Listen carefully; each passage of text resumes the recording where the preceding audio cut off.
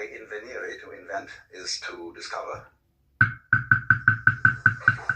But what we discover, in a way, is not something that's out there. When we invent the laws of nature, we are discovering something about ourselves and our own passion for prediction, for regularity, for keeping things under control. Therefore, there has to be a law. So then, going back right now to the beginning of what I started to say, the question was then, what is the law of relationship between the atoms, between the fundamental billiard balls of which the world is composed?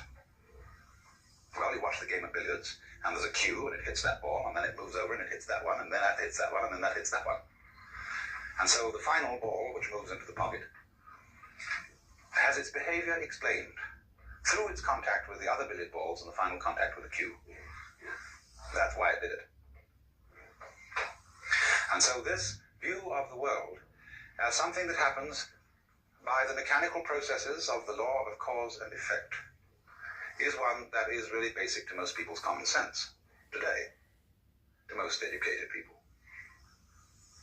They would say it's very difficult to figure it all out because the whole thing is so complicated. But if you could know all the details involved in, say, the behavior or a single act of a human being, you would find that it was the ineluctable result of a series of bouncing balls against each other, fundamental atoms that predispose the great final event to be just like that. So that theory of the relationship between the atoms is called, in technical language, catenary. C-A-T-E-N-A-R-Y, catenary.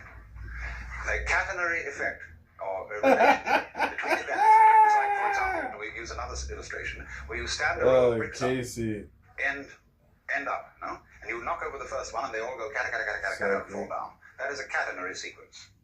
But it becomes increasingly obvious today to the physicist and to the biologist that that will not do as a sufficient description of how various events affect each other. And so there's another type of causal relationship altogether, which is called, instead of catenary, reticulate.